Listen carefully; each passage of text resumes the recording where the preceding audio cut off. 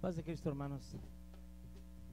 Gracias a Dios que nos permite una vez más estar en la casa del Señor y poder exaltar su nombre. Pueden ocupar sus lugares, mis hermanos músicos, y yo quiero invitarlos a ustedes a que abran sus escrituras, ya que ya oramos, ya vamos a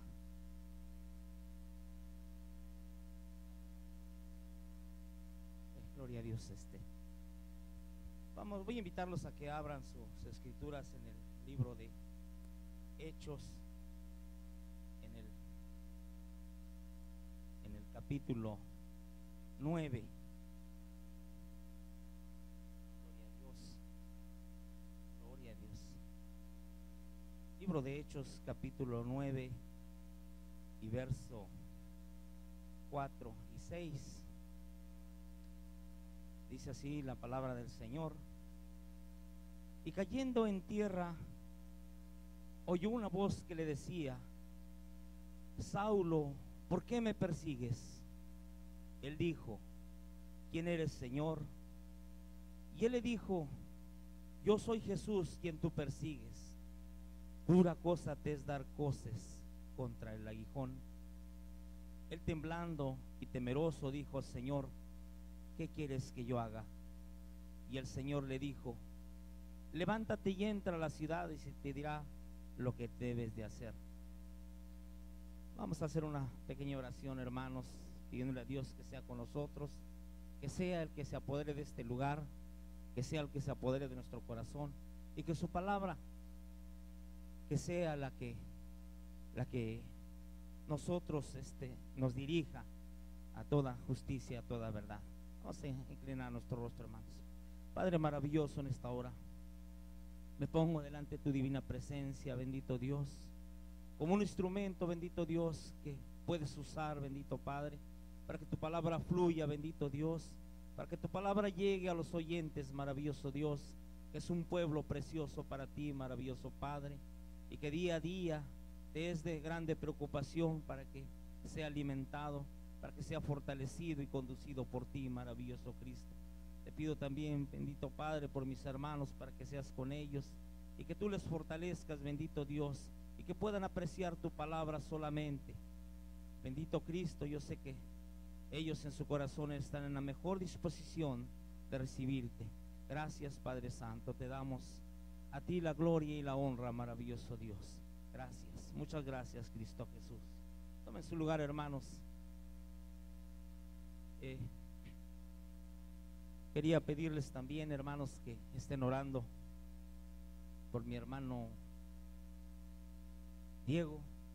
Tuvo una emergencia, se le murió el papá y se fue el día de ayer a México.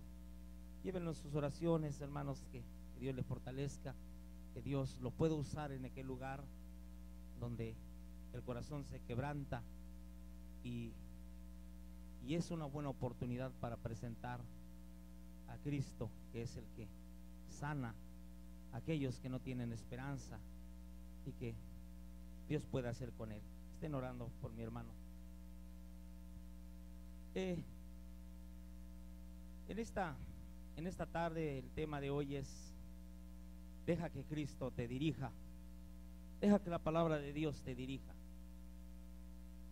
Dios durante mucho tiempo siempre ha puesto ejemplos de las cosas que están fuertes, que son muy comunes en aquel momento. Y en esta ocasión, cuando se dirigía a Pablo, cuando le decía: duro te es dar coces sobre el aguijón, quizás muchos de nosotros pues no podamos imaginar a qué se refiere esa palabra, pero Cristo en aquel tiempo se refiere a una yunta de bueyes. En aquellos tiempos de Jesús la agricultura era lo más sobresaliente, y por lo tanto se hablaba de la yunta de bueyes, o de las cosas alrededor de una yunta de bueyes. Dice el libro de Job en el capítulo 42 y verso 12: y bendijo Jehová al postrer estado de Job más que el primero, porque tuvo 14,000 ovejas, 6,000 camellos, y aquí está lo importante, 1,000 yuntas de bueyes y 1,000 asnas. Se refería a un hombre que tenía una fortuna inmensa, 1,000 yuntas de bueyes. En ese tiempo podíamos decir que eran los tiempos pasados, pero no, todavía es vigente. Esto todavía es vigente en nuestros países de Latinoamérica. Y también dice el libro de Lucas, refiriéndose a la misma yunta de bueyes, Lucas capítulo 14 y verso 19, y dice: otro dijo: he comprado 5 yuntas de bueyes y voy a probarlos, te ruego me excuses. Esto se refería a una fiesta de bodas, una excusa que presentaba un hombre. Pero lo que yo quiero presentar es la yunta de bueyes. 5 yuntas de bueyes había comprado este hombre. La yunta de bueyes para nosotros, a lo mejor los más viejos la conocemos, a lo mejor nuestros jóvenes no.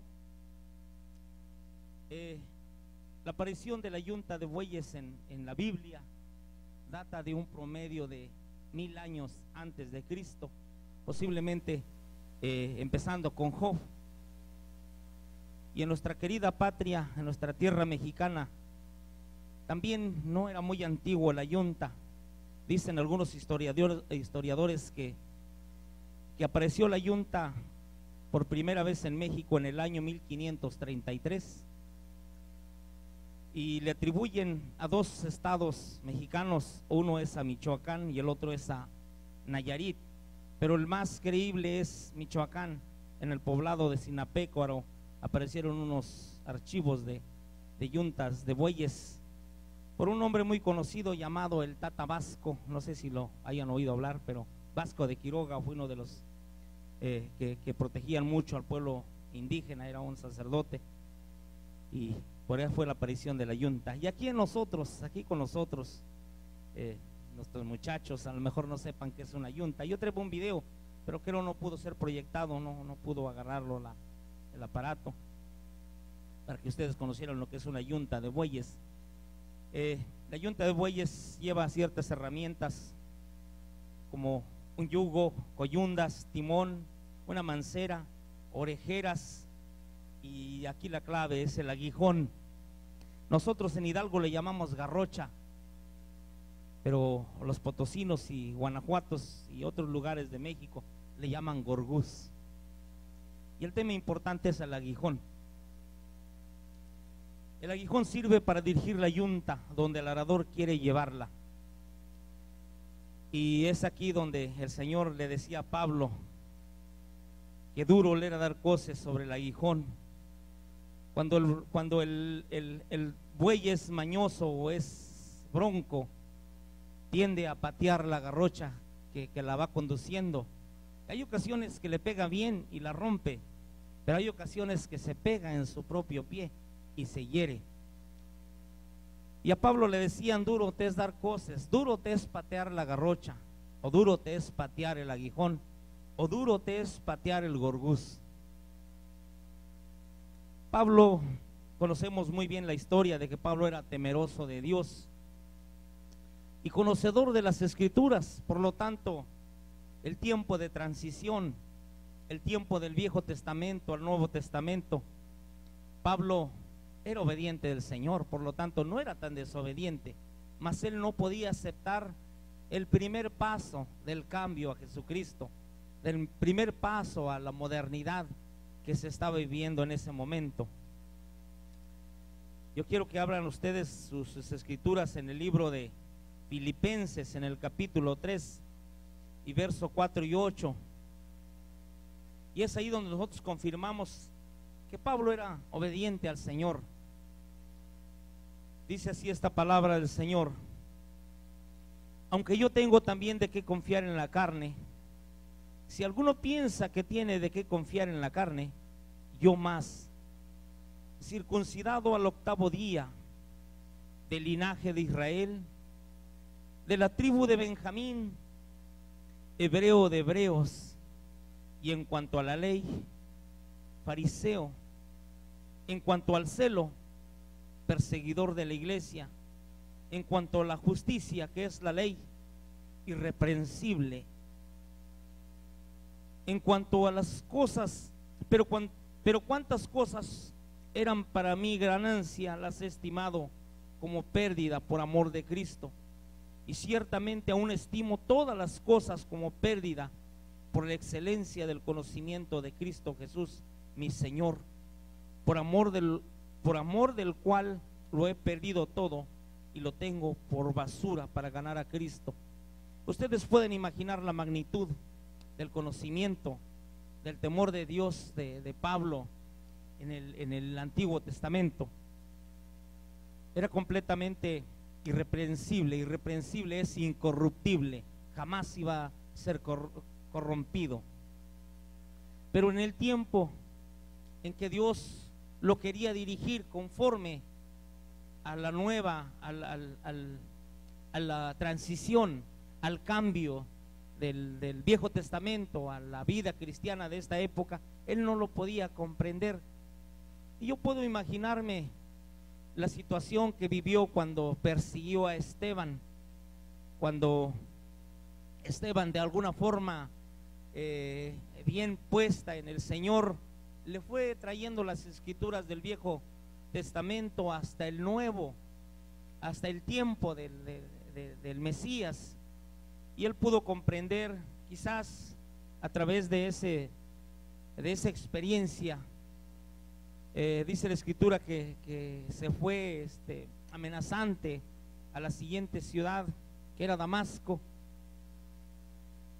Yo puedo pensar que se fue meditando que qué cosas grandes estaba haciendo con los seguidores de Cristo Jesús, y esa palabra y esos hechos que él pudo haber visto le hicieron entender la veracidad de Cristo Jesús de estos tiempos.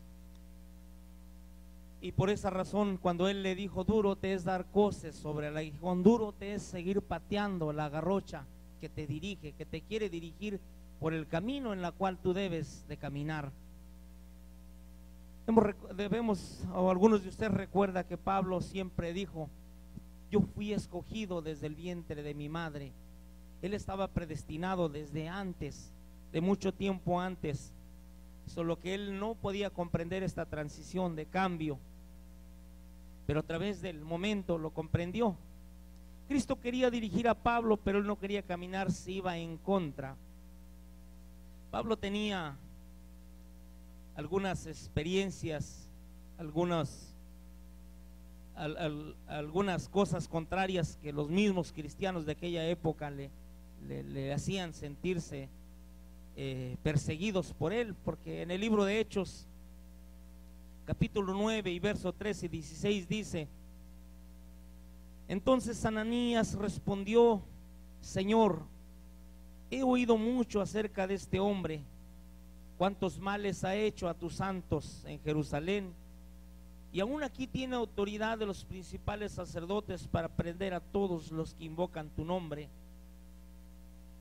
Y el Señor les dijo, ve, porque instrumento escogido me es para llevar mi nombre en presencia de los gentiles y de los reyes y de los hijos de Israel, porque yo le mostraré cuánto le es necesario padecer por mí. Grandiosa palabra del Señor, grandiosa palabra que aún no llegaban a sus oídos de Pablo, pero en esa predestinación de Pablo ya estaba, ya el Señor lo tenía y ya le decía, sabes, este hombre va a sufrir por mí. Y si ustedes recuerdan cada uno de los libros paulinos, Pablo sufrió cárcel, persecución. Pablo sufrió mucho a causa del Evangelio y contribuyó mucho por ese amplio conocimiento y esa fidelidad a Dios. Contribuyó mucho en lo que es este Nuevo Testamento, en la cual nosotros nos gloriamos y nos llena completamente la enseñanza de Pablo en todas sus cartas y experiencias que él tuvo con Dios.